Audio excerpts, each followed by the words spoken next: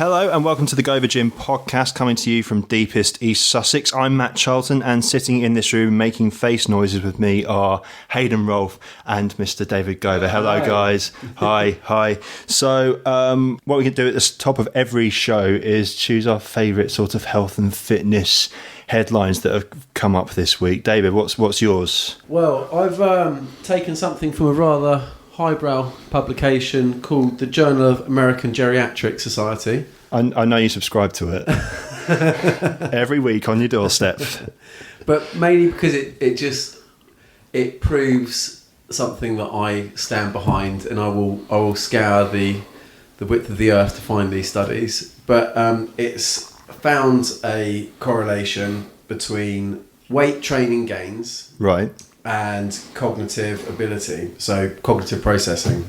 So it makes you more, intelligent? Lifting Is that weights literally makes you cleverer. It's a fact.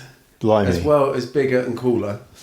So, but they did this with, or the best bit about the study is that they actually did it alongside a cognitive training tool. So they had two groups. And one, and these are geriatrics. And where did this take place? Sorry, do you know? Obviously in America. Of course. Okay. Yeah. Okay.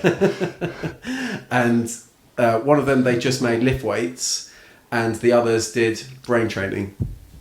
Now the results were conclusive, and the people that were lifting the weights had marked increase or more increase in their cognitive ability, their problem solving and whatnot. So you're saying this? Does this prove a theory of yours that you've had for a while? Yes, Matthew, it does. Facts. Yeah. You're ahead of the scientific curve again. Yeah. But what else did I like? There was something else I really liked about the study. Yes, this is another good thing. So their brain function got better with their amount of progress. So the guys that got strongest had the best results, the best improvement cognitively as well. Is that because they were in a more positive frame of mind, or because they were more sure of themselves, or what? I mean, you make it what you will. The facts I will. of the matter are that you are cooler, bigger, more sexy, and now cleverer when you lift weights. And that's not just conjecture anymore. That is scientific fact. This mic, yeah, and that's a fact. So everyone should lift weights, no matter how old. Just lift appropriately, get a good coach. Right, Rolfe, what have you been reading? Was it World News? It was What from? BBC News. BBC News. Yeah, of course. Doctors who spend 30 seconds telling patients they need to lose weight can have a dramatic impact. A study shows. Another study. But this one's Oxford. Well, not your American crap, David. This is Oxford. It says some people who had no intention of shedding the pounds lost 10% of their body weight after being offered a free weight loss program. So they basically saying they needed a professional to sit down and tell them that they were fat before they realised they were fat and decided to do something about it. Is that so? Do you reckon that's changes? So can I start with my issues with that? Apart from that, it sounds fairly wishy-washy, the study, but anyway, what I really don't like about that, and it's probably true, is that people give doctors their opinion, a lot of GPs who have to study such a huge spectrum of information that they can't be expected to understand all of it. My GP Google stuff when I ask him about it. I shit you not. No, my GP did that last time. Yeah, I can do that at home, and I know what it's going to say. It's going to say I've got cancer. That's what Mr. Positive. But why would you? Well, I know the answer to this as well, but I just don't like that people will not listen to a healthcare professional like a trainer or a coach who's spent their life doing that and is an absolute expert in their field. But their GP can just mumble a few words, and their GPs are invariably stressed out of their mind and not in shape. Right, that's very true. But Paul Cooper of all people said more than any other person, your doctor can bring up the question of weight, and it's not like telling your wife she's overweight, which does make sense. And maybe there are varying degrees. So maybe if your PT does tell you something like that, it's taken on more seriously than a family member, but then it goes up and gets to your doctor, who, let's face it, mostly have a God complex anyway, so they can sort of talk down in a way that no other person can, and so you believe them more. Does that make sense? Surely. Yeah. It sort of resonates more because you're sort of more deferential to your doctor because they're an authority figure. But us as personal trainers, we always have I know I've had a bit of a battle with some before. Had a few clients that have their doctors have told them that they are ridiculously obese and really need to sort their weight out, but they are actually bodybuilders. Currently, It's that body mass index thing, doesn't it? It starts making right. sense to a certain point, doesn't it? After a certain point. BMI's for kids. It's ridiculous because you take two things. You take height and weight. Think how crude this is. General, yeah. And then you come up with that gives you a number, and then you go to your chart and go, yeah, no, you're morbidly obese. but it's so big, Yeah, you're about to die because of your weight issue. It's ludicrous. Obviously, Hayes just brought up the example of a bodybuilder. So, if a bodybuilder can, providing they're not taking performance-enhancing drugs and they eat well and whatnot, they can be incredibly healthy. They're really, they can be absolute specimens. And then GP will use a BMI. There's more to it than that. They know that, we know that. The only reason you should ever use a BMI is if someone is completely belligerent and you want to shock them. If you want to say, right, look, on this chart here, in a book, it says that you're fat. But shit, people know they're fat if they're morbidly obese. It's the whole thing. Does everyone know that though? Well, no, this is the problem. People put a fair bit of weight by their BMI. I don't even know what it means. No pun intended. Yeah. Anyway, I think if I can get to morbidly obese on that chart and still have single figure body fat, that means that I am really quite hench, I think. Okay. Or a unicorn. Yeah. A unicorn, eh? Blimey. Well, take that, Paul Cooper of Oxford University, whoever you are. Paul.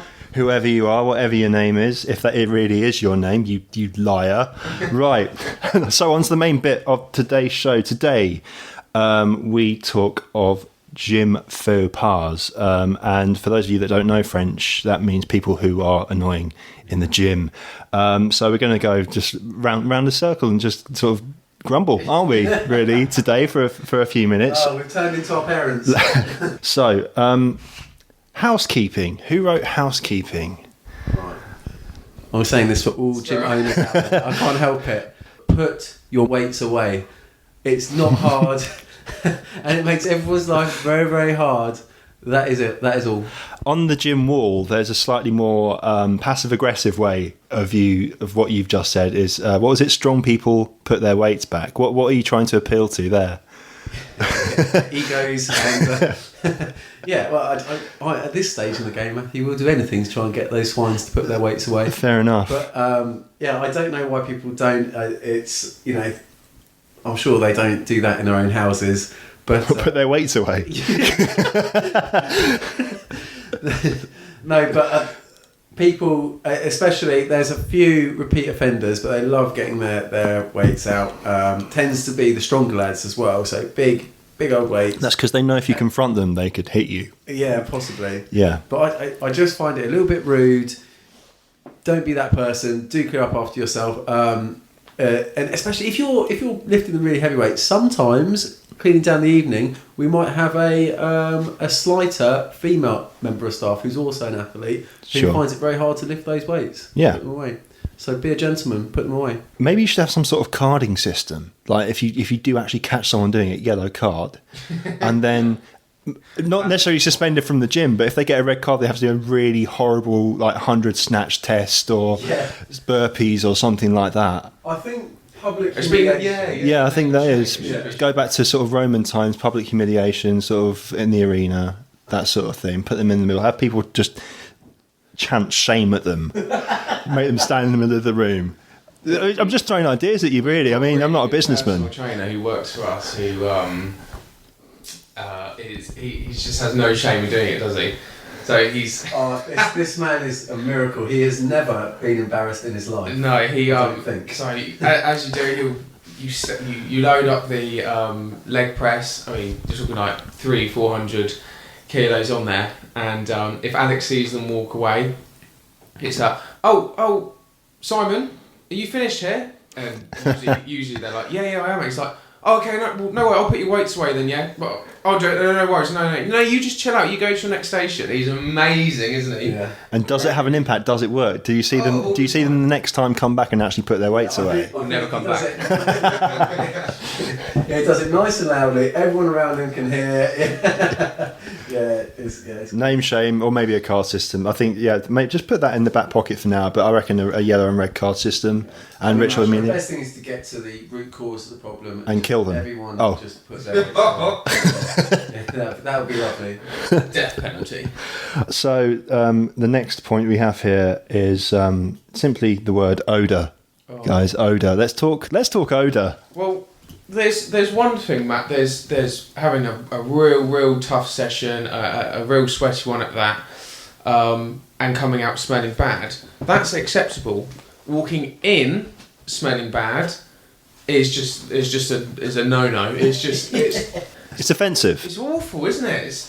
It's really bad. And you can't. If this is you can't feel good about yourself coming in smelling. You must know that you smell bad when you walk up. Some people don't. I'm not defending them. I'm just saying that some people just don't know because no one's ever told them. It is. It actually is remarkably difficult to tell someone that and make because you imagine how horrified you would be if someone's like, "Excuse me, sir, you really stink." Yeah, absolutely. Especially if they did it in that weird voice that you just did. Well, that'd be horrible, wouldn't it?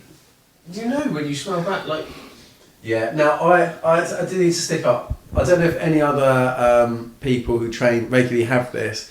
I have a cycle of t-shirts that just have to go in the bin, the perma stinkers. Yeah. So they're washed, they're clean, they've hung up, they've been folded away. I go to put them on and I start sweating and they stink straight away. But luckily for me, I can nip straight back upstairs, bin that one and get another one. Put it in the bin, set fire to it, see the demons escape from it as the flames engulf it. But it does, yeah. So you need to be aware of these t-shirts if you own them. To my knowledge, there is nothing you can do about it. You have to just bid it farewell. Okay, so guys, please be t-shirt aware. Yeah, get your perma stinkers in the bin. Okay, and don't be afraid to tell a friend if they hum slightly. Matthew. Yeah. Oh God, what are you gonna tell me? How would you? Now you will smell lovely. Oh, thanks. How would you approach telling someone that they smell? Imagine a friend. I'd hand them a note and run away. just run. I don't know, but in all seriousness, which is not a sentence I use very often, I think I'd just try and tell them in a funny, jokey fun way of doing way. it, No, is there not? Have you tried this? well, no, this is the problem. This isn't part of your training as a personal trainer. How to tell someone they hum. Yeah, it should be. Maybe integrate it next time you get a new staff member and they want to be a PT. Just integrate. It's a rite of passage. Yeah. They never think they'll have to do it, but There'll be a time. pleasantly surprised. So it basically, this whole list I can see is just lack of consideration for everyone else in the gym. This whole thing, but so because that feeds into the next one, which is not sharing equipment. Well, there's no excuse for it, is there? So if you've got one of these bonkers programs that is essentially a circuit on all the resistance equipment, like you cannot save them all. Yeah. But I do see it. People are like, oh, I'm so sorry. I'm using the leg extension, hamstring curl, 45-degree press, and both of the racks. So if you could not use them, just be considerate. I mean, be willing to work in. You will. If someone asks you to work in, there's no situation I can think of where you should ever say no. I don't care if you have to have slightly longer rest. Just be a good human. Let them use it. You might make a new friend. That's probably the worst case scenario. You might have to talk to someone who's actually quite nice. Next week, how to be a good human. But for now, let's stick with equipment. So, if you're doing a superset, for example, you've got two pieces of equipment that you need to use in quite quick succession. Can you reserve it? Can you put your program next to the one that you're not using, so it's there to come back to? Yeah, so I don't think any superset should necessarily be. No, it might be, but I don't think it should be two machines. Maybe I think normally, say if you're doing some pre-exhaust or you're doing say leg extension, and then you're doing some squats. I mean, we're lucky we don't have much of a bottleneck with the racks. We've got a lot of them, and we've got a lot of benches. But the real issue is with our machines. People hogging lots of machines. So I think it probably does depend on your environment of the gym that you're in. Be aware, but yeah, you just if it's empty, then superset the hell out of everything. It's not a problem. Yeah. I mean, I superset all the time, but it tends to be dumbbells or barbells, and I'm using the same rack. You know, I don't think that it ever really needs to be this huge. Do you think people? This is mine. Do you think they try to reserve the other machine they're using by sweating all over it and not wiping it up? I mean, God knows, I doff my hat because that is effective. Yeah, it is very effective. A nice sort of, you approach a shiny sort of leatherette seat. Yeah, exactly. Yeah, glistening leatherette bench, and you don't really want to touch it, do you? They've done their job. Well, the thing is, no one writes a program or designs a program for the considerations of other people, do they? You tend to write your program for. It's all about yourself, isn't it? That's the whole point, really. It's all about me. Yeah. Yeah, exactly. But I think exactly like Dave said. Understand your surroundings. If you're going to train at 7 p.m, clearly it's going to be prime time in most gyms.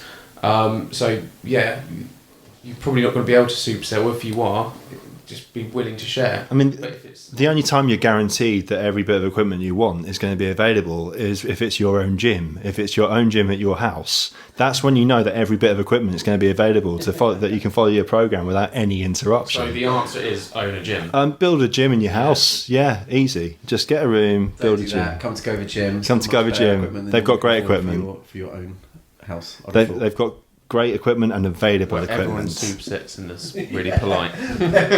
Yeah. And you got a lot of weight machines as well. You got a lot of free weights and all that sort of stuff. Yeah, absolutely. Which people drop a lot when they don't need to. Yeah.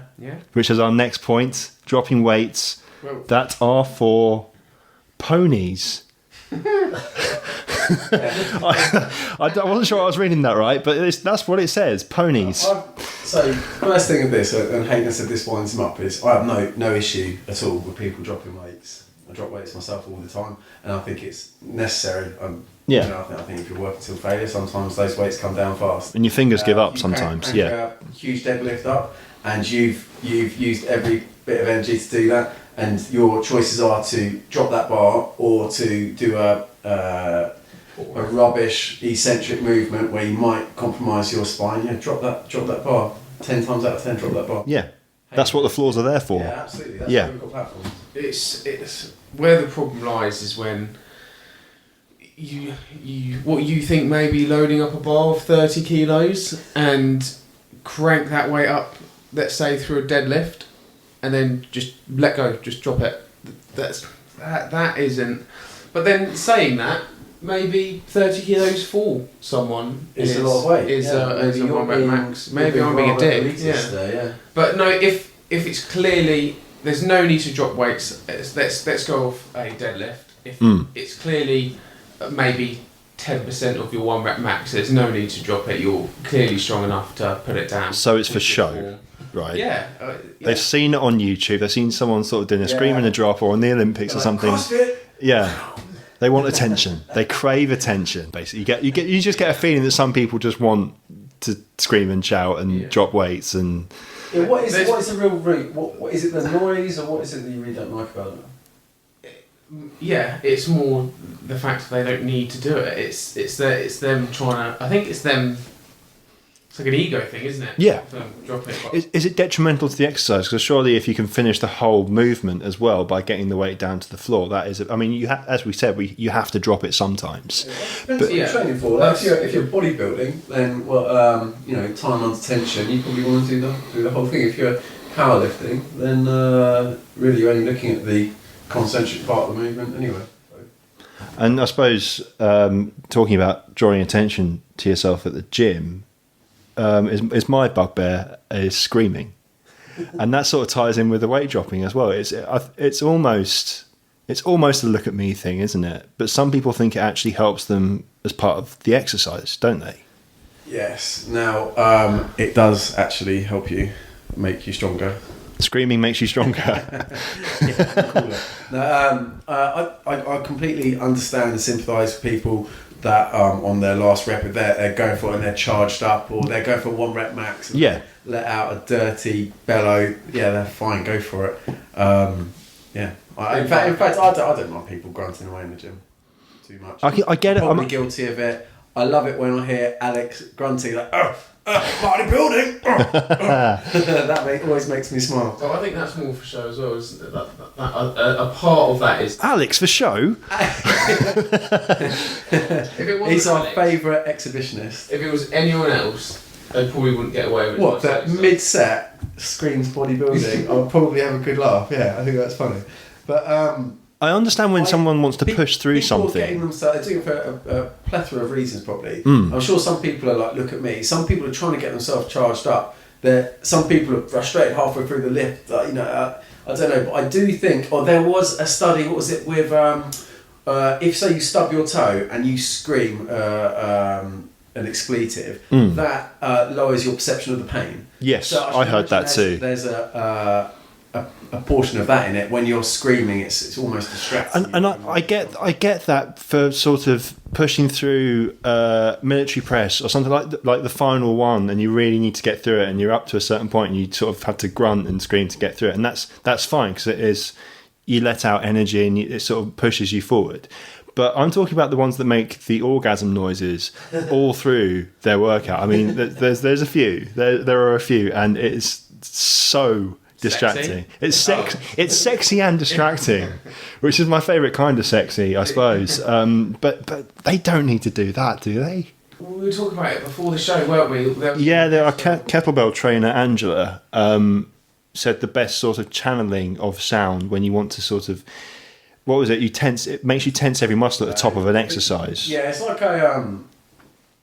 it's a strong first thing. I think we taught it on that's a really good certification, by the way. I stand fully behind all the strong first and strength matters stuff. But they teach a sort of a at the top of the movement, and it becomes synonymous with whole body tension. So kettlebell swing, your hips come forward fast, and exhale, and it pushes you into a solid plank, doesn't it, at the top? Yeah. And that's a really good way of other exercising, isn't it? That works really well for me. I've always done that when I swing. I'm not sure on the science of it particularly, but that certainly does seem to work. I find it helps on everything, sort of bench presses and everything, to sort of get to the top if you're struggling, because it stores up that energy to the last minute. But that's not an orgasm noise, and that's a good noise. That is a good thing, because it actually does help your body. It makes it rigid, brings you into a good plank position, and utilises all the muscles that you need to utilise. Orgasm noises. I think they just maybe don't know the difference, or they're well, they're not living right. Extreme with it. It started off as a and then went into a full blown. Yeah. Orgasm. No, they're at some point it becomes on the decibels. It's about the decibels, the frequency, and how creepy it is. Yeah, that's it. And invariably, if you're really, really attractive, you can get away with more. I think. I think that's true for every facet of life, really. Yeah, absolutely. Yeah. But don't. It's frustrating, but again, maybe at the end of the day, if that pushes them that bit harder, if that makes them work harder. Then yeah, I mean that's not. This isn't a massive bugbear of mine. I don't mind too much. It's not huge. It's definitely slightly frustrating sometimes. But like I said, if it makes them work a bit harder and it keeps them coming back. If that's the worst part of your day, you're doing all right though. Yeah. I suppose what I don't like about it is that when I'm really wanting to get through a program, I quite like to get very focused and so sort you're of working out at the time, aren't you? Yeah, and sort of not be aware of what's going on around me, and sort of be very focused and not really have to think about anything. But if you've got that in the background, try this next time. I want you to scream louder. Let's see how that does for your work. Every scream she does. Grunt tennis. Yeah. That sounds good, actually. I'm going to have to come up with a special noise now. Maybe we could turn that into a feature. Email in if you can come up with a special noise for me to make in the gym next time. Right, let's move on to egos. It says screaming and egos. I'm sure that's two different things, but screaming egos, let's talk about that. Are you talking about looking in the mirror? No, I don't mind that. Okay. So what are you talking about, David? I'm talking about antisocial behaviour is mainly. I don't mind guys that they're proud of their physiques and they want to see the muscles working. They're using the mirrors for vanity. That doesn't bother me at all. What about if they're taking an Instagram of themselves in the mirror? In general, like people who use their selfie, Matt. Selfie. Jesus. Okay. Selfie. Yeah. So, yeah, I mean, This in general, country. people use their phones in the gym makes me want to kill them. I just, unless you're using it for It's extreme. timer. It's extreme. No, okay, so when people get in the gym, or rather when I'm in the gym, I really like to be focused. I want to get the best out of it. I really relish this time. I want to be focused. I want to get the best out of the session, and I really enjoy it. I don't want to be distracted by the outside world in that time, and I don't know. There is something incredibly, I don't know, almost sad about them being unable to do that and to be wanting to capture every single moment of their life. They're not living their life; they're living it vicariously through social media. This is where we're now going to sound very old, David.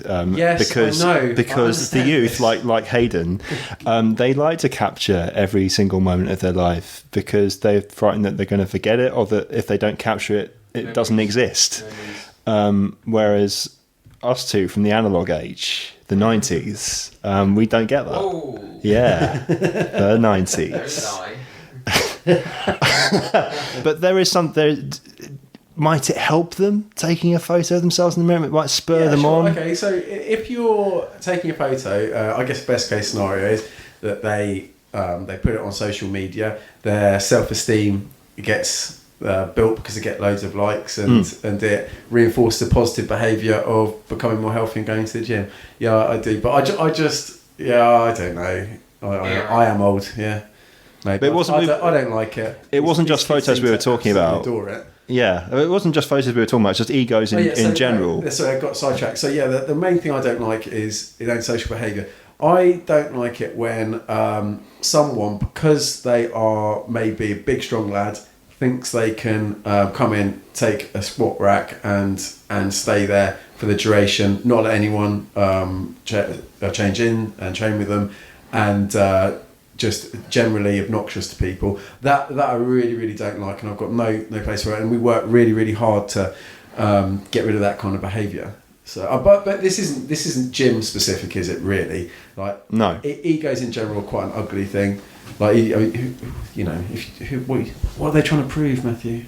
I don't know. You can go very deep into that, and we may well do with Tom at some point. I'm imagining that would be a fun one to talk about where the whole ego thing comes from, and are they less confident than everyone else? Maybe. Who knows? Maybe we should have a disclaimer at this stage that I am the fair old hypocrite. I'm sure I've got a big ego on my offense. Have you got an Instagram account, a personal one? No, I don't. Well, there you go then. So you're not quite, that's a saving grace at least. I've never seen you standing in the mirror, because a lot of gyms now have an Instagram logo in the corner of the mirrors in the gym, so, sort of with the hashtag. Shut up. No, true. Like What's the gym name? the hashtag of the gym name, and I mean lots of clothes shops do in the changing rooms now, but yeah, gyms do it now too. Yeah, it's quite a good idea, Hayden. I just hope it all burns to the floor.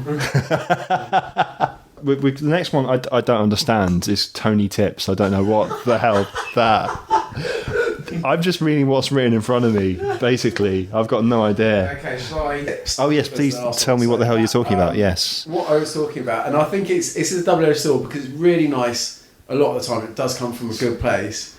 It's when, so if you're really focused in your workout, and someone comes along and they're like, "Oh yeah, good exercise you're doing there. Have you tried doing that with a kettlebell?" Yeah, I think I know who you're talking about now. Yeah. Well, no individuals, no shots fired here. No. And I do, and sometimes it's a really, really nice thing, and it's comes from a nice place because they want you to get the most out of the workout. But you're a fucking trainer. Yeah. You know, okay. This is, if nothing else on God's green earth, this is what I do well. You know. Yeah. Never thought about time under 10. Have you ever heard of a squat? Yeah. If I've asked for advice, oh my gosh, I will attentively sit there and listen to it and lap it up. Yeah. But if I've got my headphones in and it clearly in the middle of training, I don't want to talk about how I could change the angle of my wrist and get a little more recruitment. You know, I don't. I want to stay in the zone and get on. Time. Yeah. Yeah. Okay. So today we've covered housekeeping, odour, not sharing equipment, dropping weights that are for ponies, screaming, egos, and Tony That's tips. I know you're old. I haven't heard that saying in so long. I'm older than him. I don't even know what he's talking about. I know that this is not visual, being a podcast, so you can't see my youthful good looks. That's true. I'm 31 years of age, and Hayden has drummed it into me that I'm the oldest geriatric going. So next week we're joined by Tom, aren't we? Is that the plan? Okay, so Tom Hodgins, who's a sports psychologist or a performance. He's a performance psychologist, isn't he? Yeah, and he's going to become a regular member of our little group, and we're going to talk over things. And I think next week we're going to be talking possibly about motivation. Sure. That's the idea. So not grumbling quite as much, but hopefully we've grumbled in an entertaining way today. I feel that this has been really therapeutic for me. It has been quite cathartic, I think. I agree.